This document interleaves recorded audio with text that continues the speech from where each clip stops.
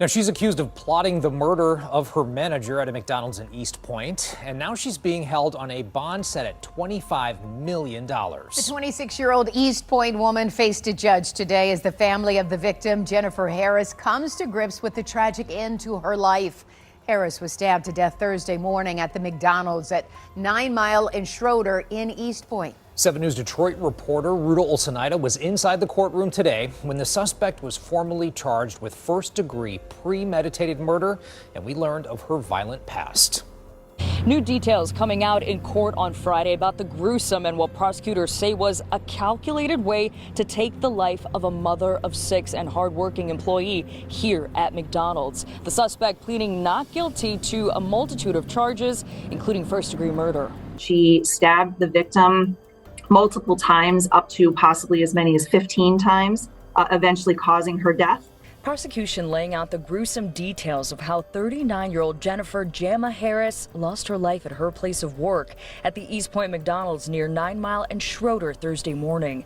The suspect accused of her murder, 26-year-old East Point resident Afeni Muhammad, appearing in court virtually pleading not guilty. Her attorney arguing that Muhammad has had a difficult past. She was in an extremely abusive relationship that was not only mental but physical. Detectives say Thursday morning Muhammad was sent home from work early. Before leaving, she told her manager and the victim that she'll be back. When Muhammad returned to stab Harris, she entered the back entrance with a hooded mask over her face in an attempt to conceal her identity and attempted to flee the scene after the stabbing, but was stopped by an armed customer. East Point police tell me in their investigation they also considered the suspect's social media posts, where she is seen waving around a knife in one Instagram video and discussing being sent home early by Jennifer Harris in previous incidents. But to get sent home 2 days in a row, man, and I came in on my off day to make up my time, and she still sends me home early, it's not funny. Somebody will have to do something about that. Due to the suspect having a record in Virginia for a similar crime involving another knife, the judge set her bond at $25 million cash or surety. Due to the severity of the charges and the habitual offender status, it makes the defendant a high risk for flight. If convicted, Muhammad could be spending the rest of her life behind bars. She's due back in court July 23rd for a probable cause conference. Meanwhile, I reached out to McDonald's representatives who tell me that this location where the crime occurred will reopen to the public on Saturday. In East Point, I'm Ruta Olsenida, 7 News Detroit. All right, thank you so much, Ruta.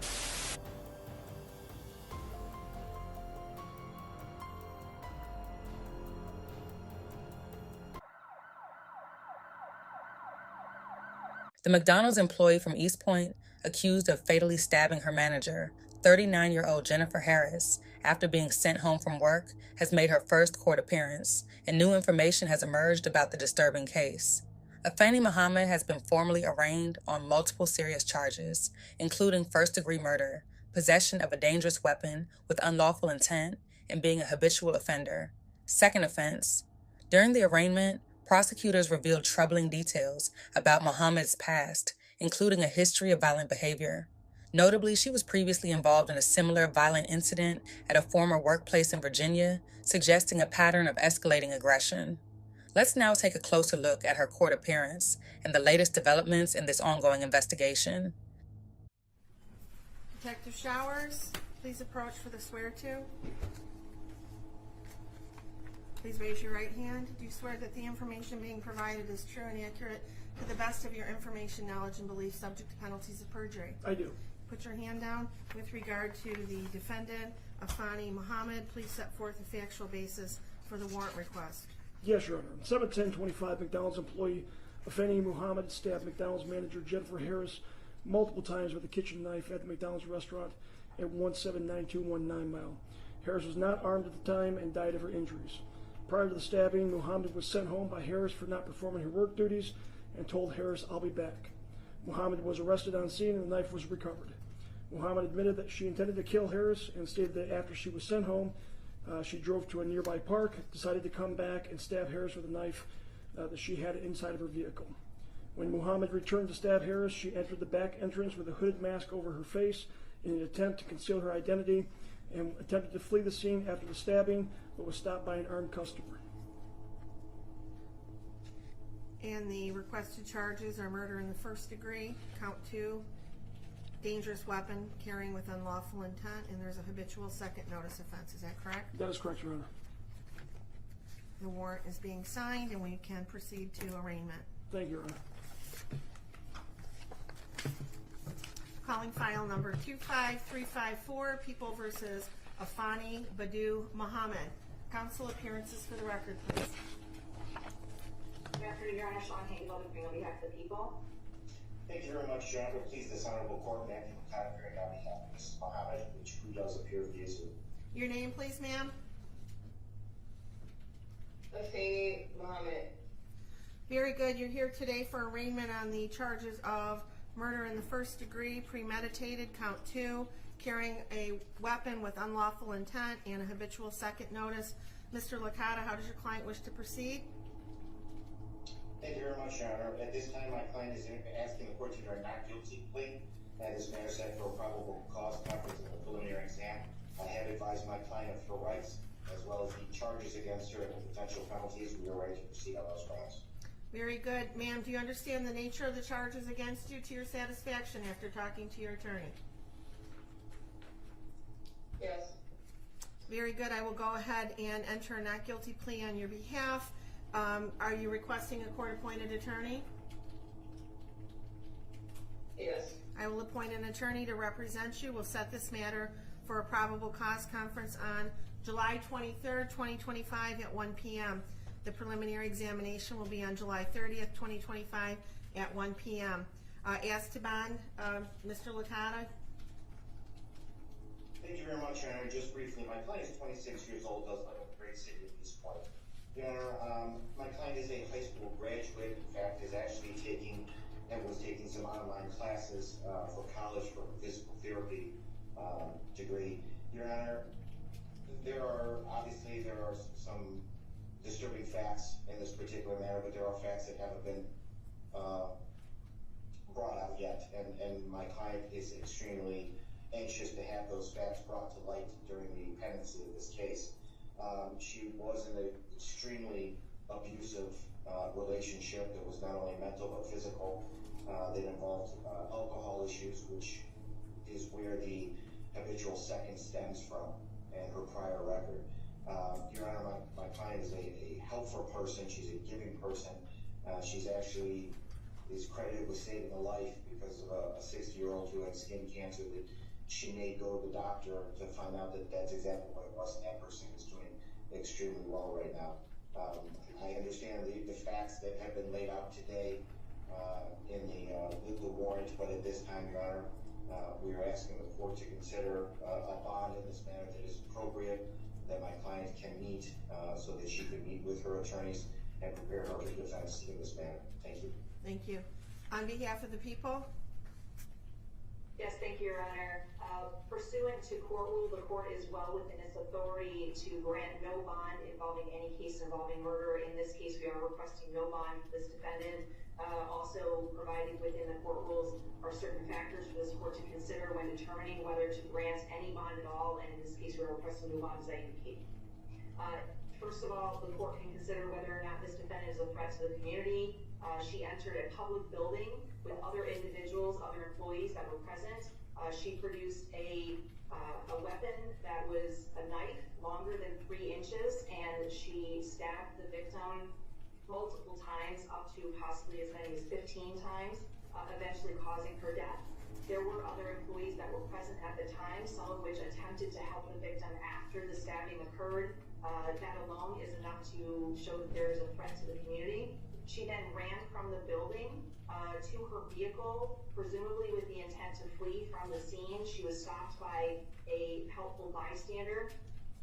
You're also able to consider the likelihood of conviction in this case, given the facts as laid out by Detective Showers and the information that the prosecutors have reviewed in order to charge this defendant. There is a very high likelihood of conviction. And then finally, the defendant does have a prior instance of at least one that I'm aware that involved a stabbing, similar obviously to the stabbing that occurred in this case involving a knife. So given all of those factors and given the fact that this court does have authority to give no bond to defendants charged with murder. I am asking at this time for no bond in this case. Thank you, counsel. The court has reviewed the charges and the circumstances surrounding this case. The defendant is facing various serious charges, including murder in the first degree, which is one of the most serious criminal offenses in our state, carrying penalties up to life without parole. Additionally, carrying a dangerous weapon with unlawful intent further underscores defendant's potential threat to public safety. Defendant has a prior criminal record out of Virginia for malicious wounding. It was actually felony malicious wounding that was reduced to unlawful bodily injury concerning a stabbing, and that is what gives rise to the habitual second. And in determining bond, the court must look to the factors outlined in Michigan Court Rule 6.106. Number one, the seriousness of the offense and the danger posed to the community. The charges here involved a violent crime with a weapon, indicating a substantial risk to the public. The court finds there is a significant threat to public safety, and therefore the bond must reflect that risk. Number two, the weight of the evidence against the defendant. While the evidence is not fully before us and the defendant is cloaked with the presumption of innocence, the nature of the charges along with the prior criminal history suggests that there is substantial evidence against the defendant. Defendant's criminal history: the defendant has a violent criminal past. The history supports the court's concern that the defendant may engage in further violent conduct if she is released.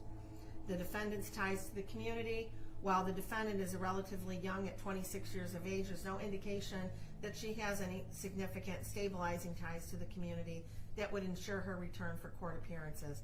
Without these ties, the court is concerned about the likelihood of flight. Number five, defendant's risk of fleeing or failing to appear. Due to the severity of the charges and the habitual offender status, it makes the defendant a high risk for flight. The court finds that this factor weighs heavily in favor of a high bond amount. Substance abuse or mental treatment: although there are no reports at this time suggesting that the defendant suffers from mental health or substance abuse issues that would mitigate the risks posed by defendant's release, the court is, after considering all of these factors, going to be setting bond at $25 million, cash surety only, with conditions. If the defendant is able to meet those conditions, she must be on a GPS steel cuff tether. She is not to leave the state of Michigan. She is to report her address within 24 hours of, she must report any change of address within 24 hours. There would be stringent daily contact with community corrections as to her whereabouts. She also would be required to have alcohol and drug testing as condition of her release. There would be no contact with the family of the decedent, any witnesses. She is not to return to McDonald's. And if she is unable to post the $25 million bond, she will remain in custody pending further proceedings. And that concludes this matter for today. We will see you back here, ma'am, on July 23rd at 1 o'clock for your probable cause conference. Thank you. Thank you, Your Honor. Thank you very much, Your Honor.